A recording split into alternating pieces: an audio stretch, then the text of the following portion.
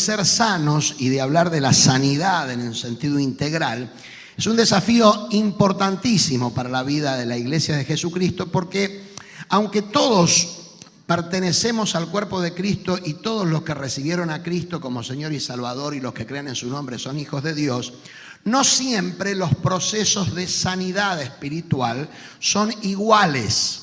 Por eso es que por la década del 90, cuando comenzó la década del 90, había tanta resistencia en muchos hermanos en la fe con esto de la sanidad interior. A mí me costó muchísimo tratar de implantar, si se me permite la expresión, o de imponer, si se me permite la expresión, el tema de la sanidad interior, porque había un criterio, una manera de pensar en muchos creyentes que decían, no hay necesidad de sanidad interior. Una vez que alguien es de Cristo, no necesita más nada. Y esa es una verdad a medias. ¿Por qué? Porque es cierto, cuando llegamos a Cristo somos una nueva criatura, pero la nueva criatura tiene que desarrollarse, tiene que crecer, tiene que avanzar.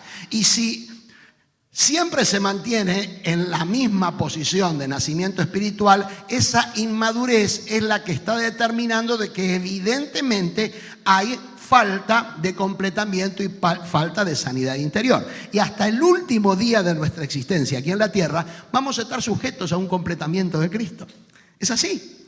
Y es tan importante que nosotros podamos procesar esto de ser sanos para que de una manera muy fuerte, cuanto antes podamos adquirir justamente las directivas del Señor para vivir en la plenitud.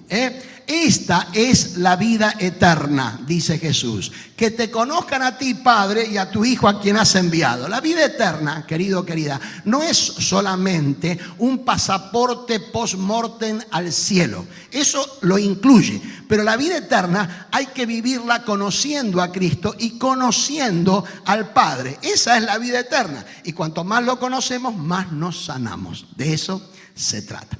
Quiero invitarte a que puedas seguir la lectura de la palabra, que vamos a tener también allí en la pantalla, en el Evangelio según San Lucas, capítulo 18, versículos 35 al 43 inclusive. Una de las sanidades más famosas que aparecen en las Escrituras. Y si bien es cierto que el Evangelio de Lucas y el Evangelio de Mateo no mencionan el nombre del beneficiario de la sanidad, en el Evangelio de Marcos se nos da el nombre, y el nombre te va a sonar, es Bartimeo, o sea, el hijo de Timeo, un mendigo famoso, alguien conocido en Jericó, que es el protagonista de esta historia. La Escritura dice, sucedió que al acercarse Jesús a Jericó, estaba un ciego sentado junto al camino pidiendo limosna. Cuando oyó a la multitud que pasaba, preguntó qué acontecía, qué pasa. Jesús de Nazaret está pasando por aquí, le respondieron. Jesús, hijo de David, ten compasión de mí, gritó el ciego. Los que iban delante lo reprendían para que se callara, pero él se puso a gritar aún más fuerte: ¡Hijo de David, ten compasión de mí! Jesús se detuvo y mandó que se le trajeran.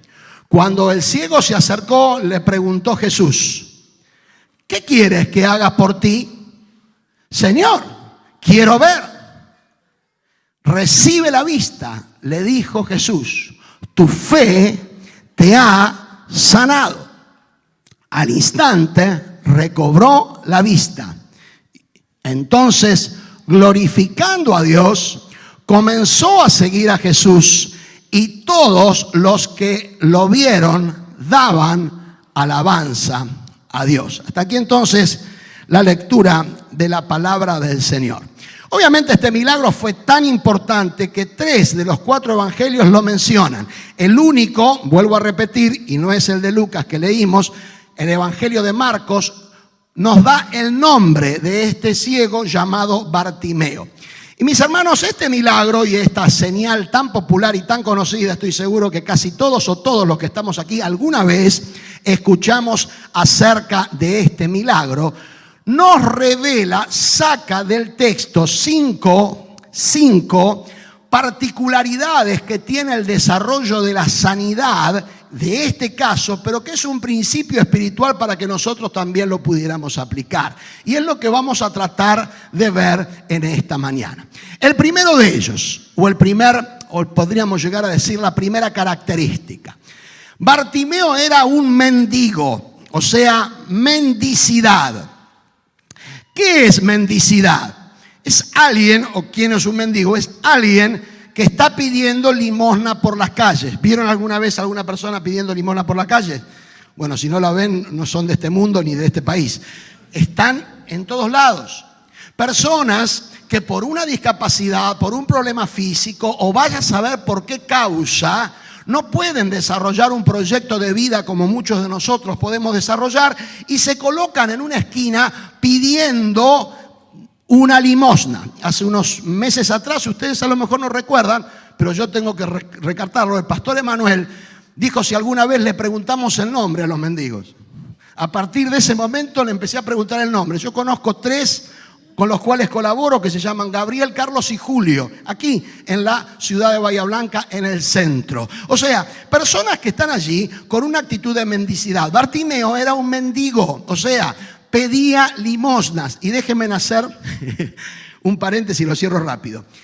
Limosna en la Biblia y en la práctica se da a los mendigos, no acá. Acá no den limosnas. Si se lo enseñó el pastor, bien. Si no se lo enseño yo.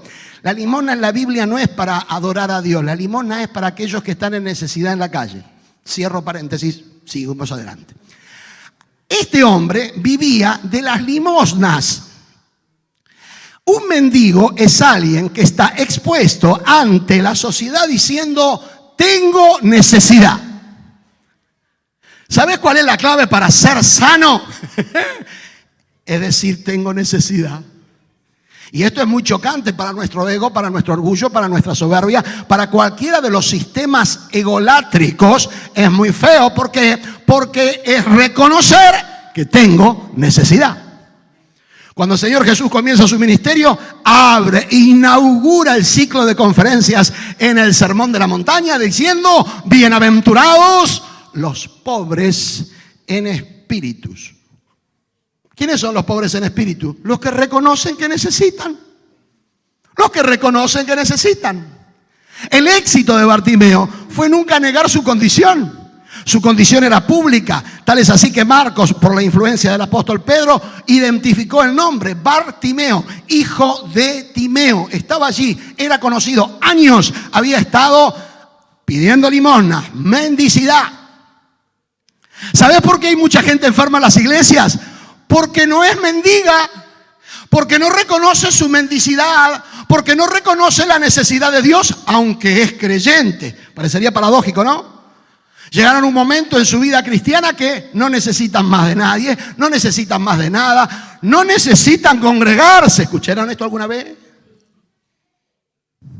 Cuando vos perdés la capacidad de mendigo, te enfermas más. Ya es una situación de enfermedad no reconocer la necesidad de mendigo. No te estoy hablando de la mendicidad de Bartimeo, la física. Te estoy hablando de la mendicidad espiritual. Si vos cada día reconoces de Dios, ese Dios que va a identificar que tenés necesidad va a cubrir tu vida. Pero hay que decir, necesito del Señor. Necesito de su gracia, necesito de su amor, necesito de su misericordia. Necesito. Esto es lo que hacía el mendigo. Uno de los cánceres más grandes que tiene la iglesia de Jesucristo, y lo digo con toda precisión, cánceres, enfermedad de las feas si las hay, es cuando se llena de gente que no tiene necesidad. Es tan grande el cáncer que Jesucristo le tuvo que decir a una iglesia en Apocalipsis, la iglesia de la Odisea, tú dices soy rica y no tengo necesidad de nada, pero no sabes que sos una pobre, miserable, ciega y desnuda. El diagnóstico de Jesús puede ser muy diferente, pero la iglesia sos vos, soy yo, somos cada uno de nosotros. Por eso es necesario mantenernos en una actitud de tengo necesidad de Dios. Cuando vos sos mendigo, vas en buen camino para sanarte. Cuando sos autosuficiente, No. Esta fue la historia de Bartimeo. Clamaba, gritaba, porque necesitaba del Señor. En segundo lugar, vemos claramente en la Escritura la necesidad. Segundo lugar, punto 2. Identificar al sanador. Lo que escucha Bartimeo es un grito, es una expresión de sorpresa, de novedad, de inquietud. Él era ciego, no podía darse cuenta quién estaba allí.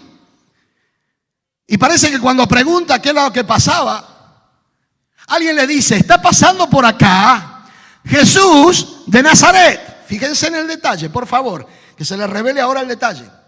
Para la gente era Jesús de Nazaret, pero cuando el Bartimeo escucha que es Jesús de Nazaret, le cambia el nombre porque él tenía revelación de quién era. Jesús, hijo de David, ten misericordia de mí. Identificó al sanador. ¿Sabe por qué mucha gente en las iglesias no se sana? Porque todavía no identifican al sanador. Se creen que van a ser sanos repitiendo una fórmula de discipulado. Se creen que van a ser sanos repitiendo una manera de hablar. Se creen que van a ser sanos por algún tipo de coaching psicológico. No, no, no. Hay que identificar al sanador. Y ese es Jesús. Qué clarita que la tenía. Hay que ser ciego para tenerla tan clara. Jesús de Nazaret, hijo de David, ten misericordia de mí. Ahora escúchenme una cosa, aunque sea sorprendente lo que les voy a decir. Muchos de los discípulos que seguían a Jesús las 24 horas del día todavía no sabían que era el hijo de David. Y lo supo. ¿Por qué? Porque creyó. No está pasando acá un santo, no está pasando acá un ídolo, no está pasando acá el gauchito Gil, no está pasando acá el nombre que vos le quieras poner. Está pasando el Mesías. El Mesías. Y él sabía que si acudía al Mesías, su vida iba a cambiar, su vida iba a ser transformada. Mi hermano, mi hermana, es necesario en estos tiempos que se aproxima el retorno glorioso de Cristo, tener identificación de Jesucristo, de Jesús. Porque volviendo a la iglesia de la Odisea, cuando uno se va apartando del centro de que Jesús, ese Jesús, se queda fuera de la iglesia. Por eso tiene que decir: he aquí estoy a la puerta y llamo. Es triste que Jesús no esté. ¿Qué sentido tiene que Jesús no esté? Pero es evidente que este hombre identificó al sanador. Mi hermano, mi hermana, tu vida cristiana se va a sanar en tanto y en cuanto vos sepas identificar al sanador, sepas ir al sanador, sepas ir a aquella persona que verdaderamente sana, que es el que hace la obra de sanidad.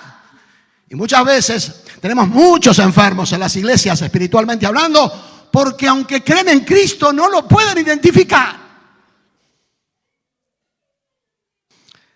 Hay una anécdota que escribí y que verdaderamente ilustra el punto que estoy hablando. Cuando tuvimos la primera campaña con el evangelista Carlos Anacondia en Bahía Blanca en 1993, los primeros días, bueno, en realidad todos los días, pero en uno de los primeros días, luego de que el evangelista orara por la gente que pasaba al altar, nos pedía a los pastores que sigamos orando. Y nosotros, obedientes, por lo menos los pocos pastores que estábamos ahí, porque en realidad llamaba a todos los pastores y solamente 3 o 4 locos íbamos ahí para ver qué pasaba. Y empezábamos a orar por la gente. Y en un determinado momento había una ancianita que tenía su cuerpo doblado con un problema de la espalda tenía, me acuerdo. Y cuando yo iba a orar, esta ancianita con mucha humildad me toma la mano y me dice: pastor, no se enoje, pero yo quiero que me ore el hombre de Galilea. Claro, quiero aclararles que en esa campaña la mayoría de la gente que acudía era nueva de verdad. ¿Cómo me daba cuenta que eran nuevas? Porque cuando pasaban y cantaban las canciones la gente no cantaba nada. Nada. ¿Por qué? Porque no conocía las canciones. La gente era nueva, de verdad, en la fe. Claro, después hice una asociación. Como en la campaña se cantaba la canción El hombre de Galilea va pasando va, y enseguida venía Carlos Anacondia. La vieja agarró, conectó. Este debe ser el hombre de Galilea, ¿no? Ese es el hombre de Quilmes, no de Galilea. Pero yo agarré y me reí como ustedes y dije, bueno, espere que ya lo traigo. Y les fui a avisar. Y por supuesto, después quedó aclarado. Pero esa mujer, como tanta gente que está hace años en la iglesia, todavía no identifica quién es el sanador. Se creen que el pastor es el sanador. Se creen que el profeta es el sanador. Parece que esa idea que el Señor dijo, no hagáis dioses ajenos delante de mí, no la tienen muy en cuenta y trasplantan la cosa y no se dan cuenta que el mismo Dios de amor es un Dios celoso, que no le gusta nada cuando lo confundís a Él con los hombres. Nada. Pero qué clara que la tenía este. Jesús, hijo de David. Por eso lo callaron. No lo callaron porque era un ciego desesperado por una sanidad. Lo callaron porque estaba diciendo algo muy inconveniente. ¿Qué? ¿Vos estás identificando a este como el Mesías? ¿Sí? ¿Qué era? Un ciego. Y lo identificaba como Mesías.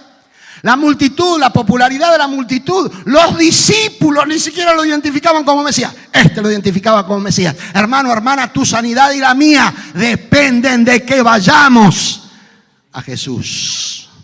A Jesús. Y solo a Jesús. En tercer lugar, si querés ser sano, tenés que superar los obstáculos que se presentan en el camino. La enfermedad espiritual es algo tan común que cada vez que hay una oportunidad de cambio, un montón de reacciones se van a levantar, internas y externas, para obstaculizar tu sanidad. En este caso, ¿quién eran? Los que estaban alrededor, que decían, cállate, cállate. Y este hombre, cuando decían cállate, lo superaba diciendo, ¿quién sos vos? ¿Sos Jesús? No, entonces salí. Seguían insistiendo para que este hombre se callara, y cuanto más lo hacían callar, más gritaba. ¿Por qué? Porque alguien que realmente está en Cristo tiene que entender que en el desarrollo de la vida cristiana siempre va a haber obstáculos para tu completamiento. Obstáculos que vienen de afuera y obstáculos que vienen de adentro. Voces que vienen de afuera y voces que vienen de adentro. Diciendo, no es posible, siempre vas a ser así, este problema lo vas a tener siempre, de este pecado nunca vas a dejar de luchar. Vos tenés que rechazar todos los obstáculos que se puedan presentar y con fe encarar al Señor. Claro que sí. Los obstáculos son parte del desarrollo de la fe. Basta, hermano, basta de pensar la vida cristiana con un pensamiento mágico. Ay, si esto es de Dios, no va a haber ningún obstáculo. No, porque es de Dios, va a estar lleno de obstáculos. Esa mentalidad mágica. Vamos con este proyecto. Si es de Dios, todas las puertas se van a abrir. El tema es que todas se te cierran. El tema es que es de Dios y Dios está probando tu fe. ¿Para qué? Para que de esa manera vos puedas entender de lo que Dios quiere. Es así. Esta mentalidad mágica que hay en tantas congregaciones se traduce en creyentes que ante el mínimo obstáculo bajan la guardia y no pelean más porque dicen, no, si Dios está en esto se van a abrir todas las puertas. No, justamente Dios te prueba para ver si verdaderamente vas al sanador o no. ¿Qué hubiera pasado si Bartimeo, con una actitud de respetar la corrección que hacían sobre él, se quedaba calladito? Yo te lo voy a responder. Jesús hubiera pasado de largo. Alguien puede estar pensando, no, Jesús igual sabía, lo hubiera oído igual. No. Tuvo que gritar. Acordate que Jesús, aún siendo Dios, estaba en la cápsula humana. Y la cápsula humana, como vos y como yo, oímos lo que oímos. Oímos dentro de todo, estoy extrañando mucho al papero, ¿no pasa más? ¿Oraron o lo liquidaron al papero? Para los hermanos que no saben de qué estoy hablando, hasta hace unos domingos atrás pasaba barata. No pasa más, ¿no? Qué fe que tienen ustedes. Estará en otro barrio, estará molestando a otra iglesia. Vos y yo tenemos límites auditivos. Oímos a esta altura, a otra no. Jesús estaba en la cápsula humana. Y este hombre decía, yo no me voy a perder la bendición. No importa el obstáculo, sigo adelante. Sigo adelante. Los obstáculos a veces pueden ser, querido, querida, para tu sanidad, el rechazo. Hace unos tiempos, el hermano Hugo nos hablaba, hace unos domingos atrás, sobre el tema del rechazo, cómo David superó el rechazo de su papá, de sus hermanos, de Saúl. Sin embargo, seguía adelante. Mirá si David hubiera tenido mentalidad mágica. No, está bien, tiene razón. ¿Qué voy a pelear con este Goliat? No. Los obstáculos son parte del desarrollo. Dios quiere tu completamiento. Vos tenés que moverte sobre la base de la palabra. Y la palabra es la que te dice, aquel que en vosotros comenzó la obra, la completará hasta el día de Jesucristo.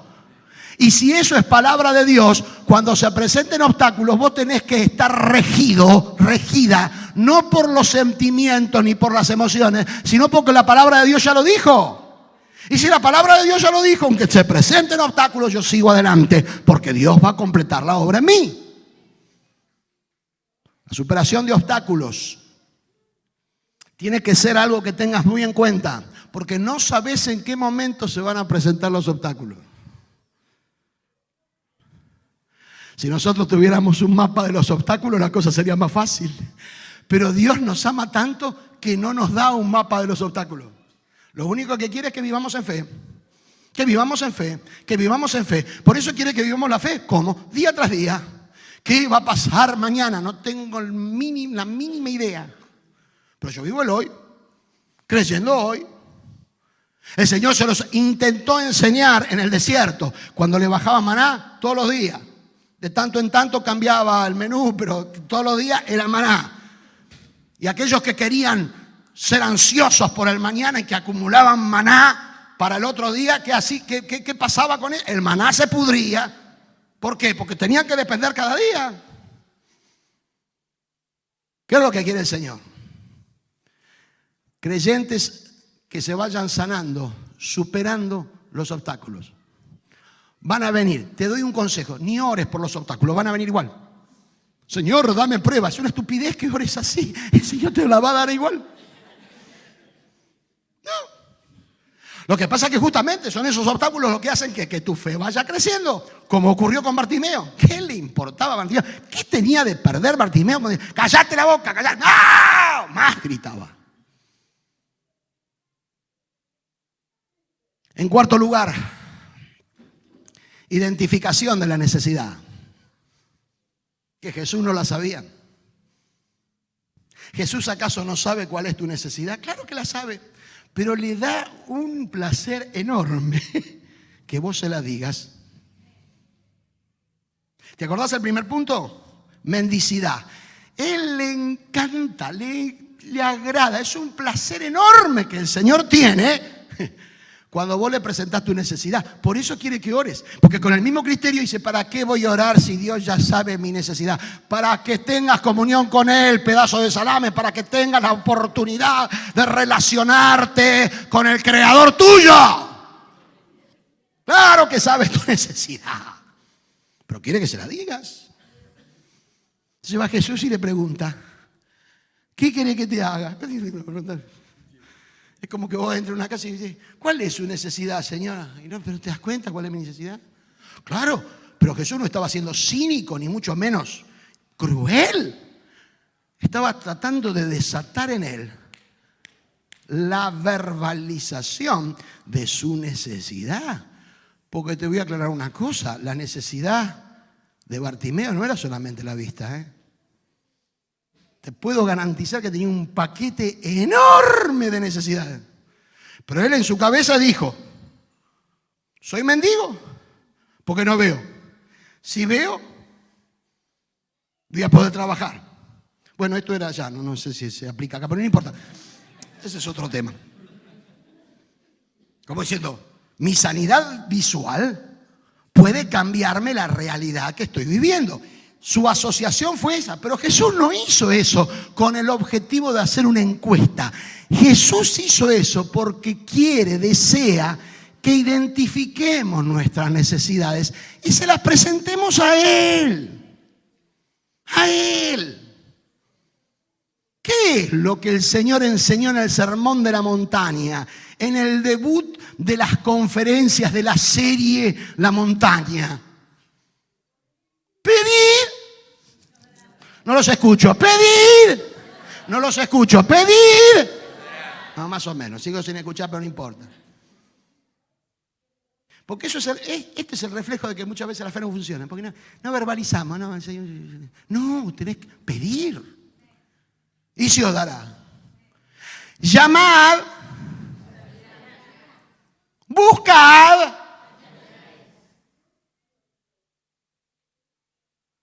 Pero ese pensamiento que viene del infierno diciendo, no es necesario que pidas, Dios ya sabe lo que necesita. Eso es lo que te detiene en la fe y lo que hace que no te sanes. Mira si Bartimeo hubiera pensado, ay, está pasando por acá Jesús de Nazaret. Seguro que sabe cuál es mi necesidad, por la cual voy a esperar en él. ¡Qué tarado! ¡No! Gritó, clamó. Y cuando Jesús lo tiene allí, cuando Jesús lo pone allí, quiero que identifiques tu necesidad, porque es allí donde se abre tu corazón y es allí, mi hermano, mi hermana, donde practicamos la verdadera humildad. ¿Sabés por qué muchas veces no pedimos? Porque todavía tenemos un orgullo tamaño Goliat. Porque para pedir hay que humillarse. ¿Vieron que hay gente que a mí me cuesta mucho pedir y ponen cara de humilde? Y es todo lo contrario. Son altivos, son soberbios. Pero el Señor, ¿qué dice? Pedid. Y se os dará. Llamad y se os abrirá. Buscad y hallaréis. Porque todo aquel que pide, recibe. Y el que busca, halla. Y el que llama, se... ¿Necesitas que venga un profeta de Costa Rica para que te lo explique? Es sencilla la fe. El tema es practicarla en la dirección correcta.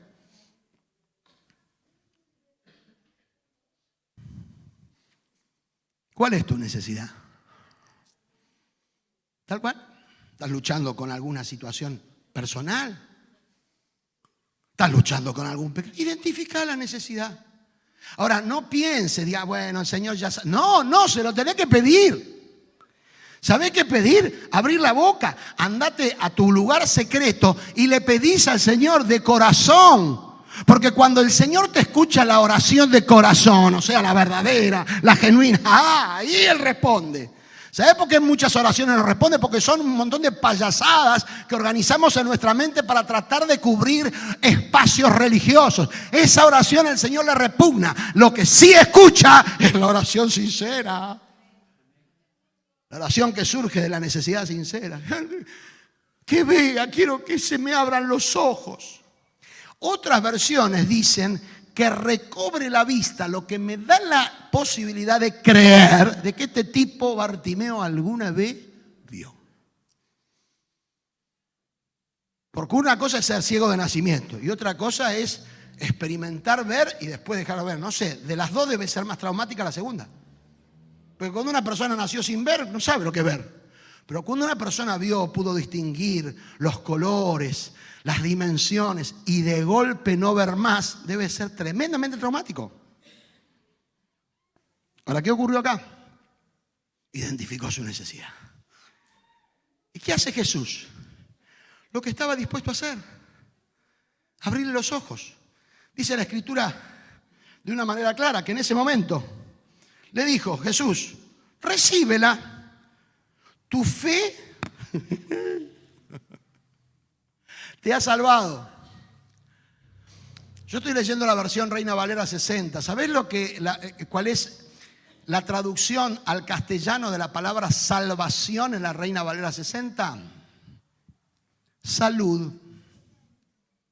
El sentido de salvación es salud integral. Nosotros, está bien, creemos que es salvación del infierno, es correcta, pero el sentido es mucho más amplio. Es salvación del infierno y salud integral. Tu fe. ¿Pero cómo? ¿No lo sanó Jesús? Por supuesto que sí. ¿En conexión con qué? Con la fe. ¿Y cómo demostró este hombre fe? Y te tengo que volver a predicar el mensaje. Ya lo identificó. Jesús, hijo de David. ¿Saben lo que habrá sido para el Señor escuchar Jesús, hijo de David? Uy, me descubrieron. ¿Saben quién soy? ¿Sabés qué hacía Jesús con los endemoniados que decían lo mismo? Le callaba la boca. Porque es una cosa insólita. La iglesia, la gente que seguía a Jesús, los discípulos, nunca le dijeron Jesús de Nazaret, hijo de David. Se lo decía Bartimeo y los demonios.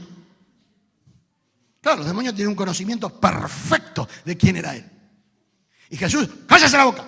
¿Por qué? Porque no querían que su mesianismo fuera revelado antes de tiempo. Pero en el caso de Bartimeo no le dice nada. Lo escucha, se da cuenta que era un hombre que tenía fe. Porque lo que produce sanidad es la fe y lo que produce enfermedad es la incredulidad. Por eso es que generalmente si vos conocés gente bien incrédula, tiene algo en común con todos. Son unos amargados, unos resentidos. ¿Por qué? Porque es lógico. Están llenos de enfermedad. Pero el creyente de verdad, el creyente no en la religión, el creyente en Cristo, aún en un montón de pruebas, tiene todas las posibilidades de vivir plenamente. ¿Por qué? Justamente porque la fe produce sanidad. Sanidad integral. Sanidad aún sin tener un montón de cosas. Yo tengo un sueño, si el Señor me lo permite, de traer aquí un hermano australiano que no tiene brazos ni piernas y predica el evangelio por todo el mundo. Creo que quiero traer a la Argentina. Me lo propuse y oren. Es una gira por todos lados. Lo llevan en una bolsa, no en una valija, pero la esposa se casó, tiene hijos, una cosa de loco. Predica el evangelio. Para vos que te duele el callo y este no tiene brazos ni tiene piernas. Me acuerdo el apellido, es un apellido medio complicado. Ahora, ¿cuál es? Entendió el propósito. Cuando tenía 8 años se quiso sacar la vida, cuando tenía 14 años se quiso sacar la vida. Y un día entendió el propósito, que el propósito es llevarle gloria a Dios y multiplicar la fe. Entonces imagínate cuando la gente lo ve, sin brazos, sin piernas, el incrédulo. Cuando los creyentes lo ven, que se quejan por cualquier necedad. Y ve a que no tiene piernas, que no tiene, hablando de Cristo, hablando de la gloria de Dios, hablando de esto. La gente cree, pero no se preguntarán, yo creo también. Dios lo usa con poder. ¿Por qué? Porque la fe es eso. La fe es acción. La fe es grito. Grito no en el sentido de enfermedad patológica, esquizofrénica, sino grito de la expresión interna. La fe tiene que ver con superar el obstáculo. Pero para mí la quinta y última clave de la sanidad es la más importante. Más importante que las anteriores. Fíjense, seguimiento de Jesús. Porque hay mucha gente que se sanan físicamente y no siguen a Jesús. Se van a ir al infierno sanos. Porque se trata de eso. ¿Qué hace Bartimeo? Dice la palabra del Señor, clarito, versículo 43. Y luego pudo ver y le seguía, glorificando a Dios. Y todo el pueblo, cuando vio aquello, dio alabanza a Dios. Acá hay 2 claves importantísimas. Primero, discipulado, siguió a Jesús, siguió a Jesús, siguió a Jesús. No era de los tantos que reciben un milagro y dicen, ¡ay, qué bendición! Bueno, y empezaban a hablar, mirá, estoy sano, mirá. No. El centro de él no fue Bartimeo, el centro de él fue Jesús. Siguió a Jesús. glorificando a Dios. No empezó a hacer conferencias, no empezó a sacarse selfie para poner en el Facebook, en el Instagram, diciendo, mirá cómo me sané. No, glorificaba a Dios. Le exaltaba a Él, le levantaba a Él. Imagínense la gente, este no era el ciego. Sí. Porque mi hermano, mi hermana, no hay sanidad sin seguimiento.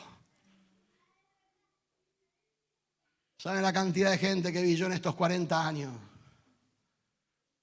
Que Dios le dio dones maravillosos.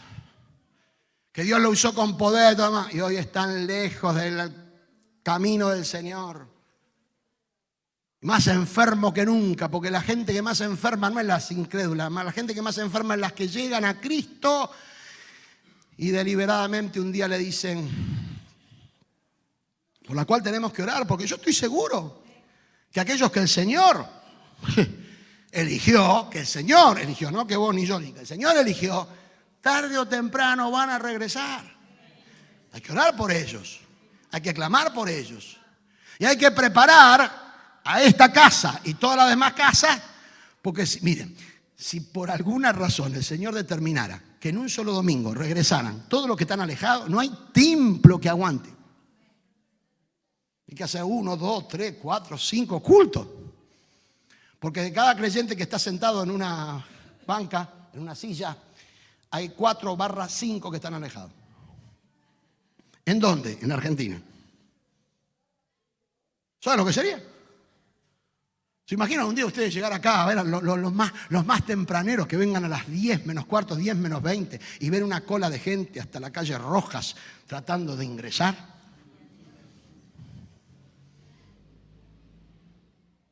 ¿Puede hacerlo Dios? Claro que puede. ¿Por qué detiene eso?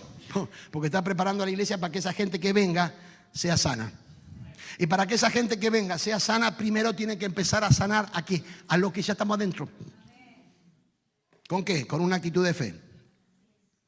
Para que la gente siga a Jesús. ¿Querés sanidad real? Seguí a Jesús.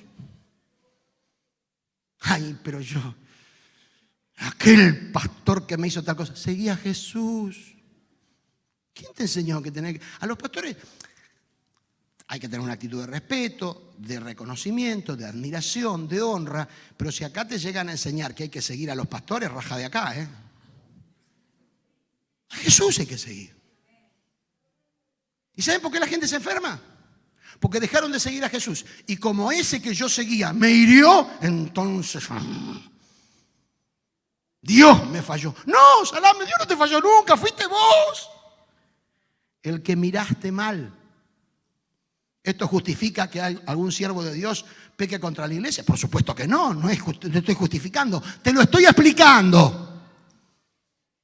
Porque si vos seguís a un pastor, tarde o temprano va a mostrar la hilacha. Yo sé de lo que te estoy hablando. Tarde o temprano te vas a dar cuenta que es un ser humano que comete errores y cuando se clava un clavo en el dedo, cuando se martilla un dedo, no dicen justamente el Salmo 23.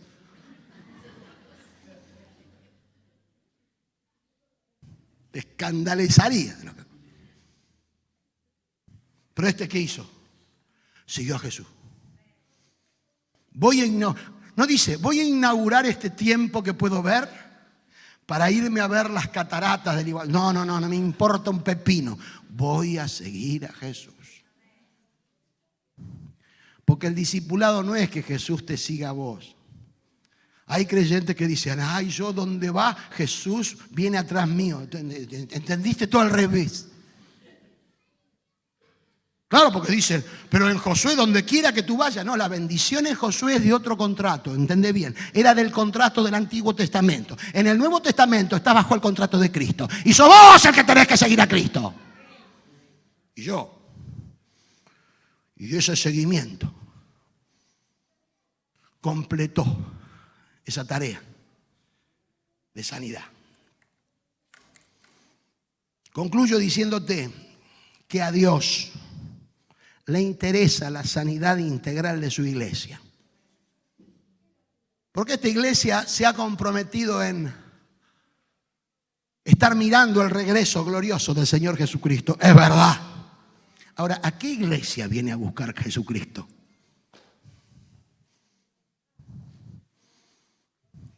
¿Te imaginas? Juguemos un poco con la imaginación, que después de todo todavía no hay un impuesto a ellas. ¿Te imaginas? No demos idea. ¿Te imaginas este lugar lleno de gente? Hay una boda. En esa boda es de alguien de la congregación. Está lleno este lugar, preparado. Está el novio esperando, como generalmente en nuestra cultura occidental se da, y en un determinado momento la gente inquieta. Imagínate que esto lo viví 1000 veces. Imagínatelo. Y en un determinado momento se escucha la música, todos se ponen de pie, se abren las puertas, ya está la alfombra roja. No sé si tienen alfombra roja acá, violeta, no sé, alfombra roja. Y en un determinado momento están los fotógrafos y entra la novia con un vestido lleno de barro, con agujeros en todos lados, y no de la moda de los pantalones. Vieron que los pantalones ahora, la moda de los jóvenes son pantalones agujereados. Yo hasta el día de hoy hago el chiste, che, se te agujereó acá. No, son así.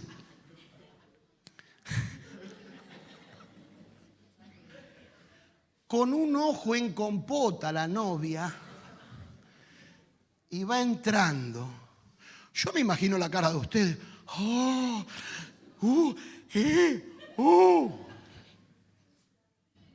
¿Por qué? Porque se presume que cuando la novia, yo cuando me casé entramos juntos con Nelly. No, saben. Eran épocas que teníamos cintura.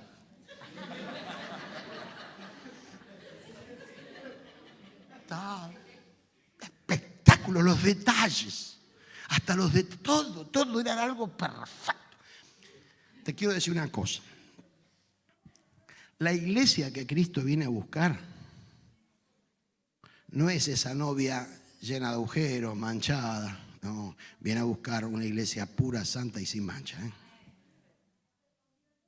Y esa pureza, esa santidad y sin mancha tiene que ver con esa palabra. Sanidad. Sanidad integral. Que no es perfección, ¿eh? Nadie vaya a creer eso. Pero sí es pureza. Sí es motivación correcta. Sí es un nivel de madurez que no pasa por la intelectualidad, sino por el hecho de entender de que el amor de Dios nos incluye absolutamente a todos. Y que verdaderamente debemos caminar en esa dirección. Catedral del Pueblo y cualquier congregación que se presume cristiana tiene que ser una colección de mendigos espirituales. De gente que reconoce con claridad de que sin el Señor no pueden hacer absolutamente nada. Que necesitan imperiosamente de Él todos los días. Catedral del Pueblo y cualquier congregación que se presume cristiana tiene que ser una iglesia que por el amor del cielo identifique bien a su Salvador y viva tras Él. Identifique quién es Cristo. Catedral del Pueblo y cualquier congregación que se presume cristiana debe ser una congregación que claramente identifique sus necesidades delante del Señor. Que no tenga la actitud de decir, yo no tengo necesidad. No, todos tenemos necesidades. Diferentes quizás, pero todos, absolutamente todos. De hombres y mujeres que componen el cuerpo de Cristo y que se muestran vulnerables, porque eso es lo que somos, vulnerables. Y tu vulnerabilidad y la mía, mi hermano, nos hacen pasibles justamente de que el Señor vaya llenándonos todos los días. ¿De qué se trata el discipulado cristiano? Sino de que nos vaciemos de nosotros mismos para que Él nos llene. Esto es discipulado. Crucificar nuestro ego, nuestra carne, nuestro yo todos los días. Porque todos los días tiende a descrucificarse y es necesario que entendamos que lo debemos hacer nosotros para que el Señor se glorifique y se exalte. Catedral del Pueblo y toda congregación que se presume cristiana tiene que seguir a Jesús. Porque cuanto más gente siguiendo a Jesús tengamos, menos enfermedad va a haber en la iglesia. Es sencillo, ¿no? Porque en definitiva se trata de eso. La iglesia de Cristo, hasta que el Señor venga, va a estar expuesta a situaciones difíciles, complejas, va a estar expuesta al pecado. Pero cuando el Señor ve una iglesia que por amor a Él quiere santificarse, quiere purificarse, quiere vivir relaciones interpersonales buenas, frescas, sinceras, por el amor de Cristo que nos ha hecho a todos nosotros un cuerpo, aunque seamos tan diferentes. Porque al Señor se le ocurrió eso. Hace unos meses atrás, en el retiro que hicimos con la red apostólica, con los pastores de todo el país que vinieron, recordaba una canción que escuché hace más de 40 años de un queridísimo consiervo de Dios y amigo que está en Estados Unidos, que dice: hermano, yo no te elegí, sos diferente a mí, y me miro y te miro y me pregunto por qué Dios nos acercó y no lo entiendo. ¿Alguna vez te diste cuenta de que tu hermano en la fe es tan diferente a vos y estás unido por el Espíritu del Señor? En una oportunidad, un hermano me dijo: si fuera por mí, yo no lo hubiera elegido mi hermano. Gracias a Dios que no fuiste vos, fue el Señor. Son como los hermanos carnales. Una vez te preguntaste, no. Ya vino incorporado, ya estaba. Es tu hermano. Pero es diferente. Gloria a Dios que es diferente. Aún así, Dios nos colocó para tener un proyecto común de extender el reino de Dios.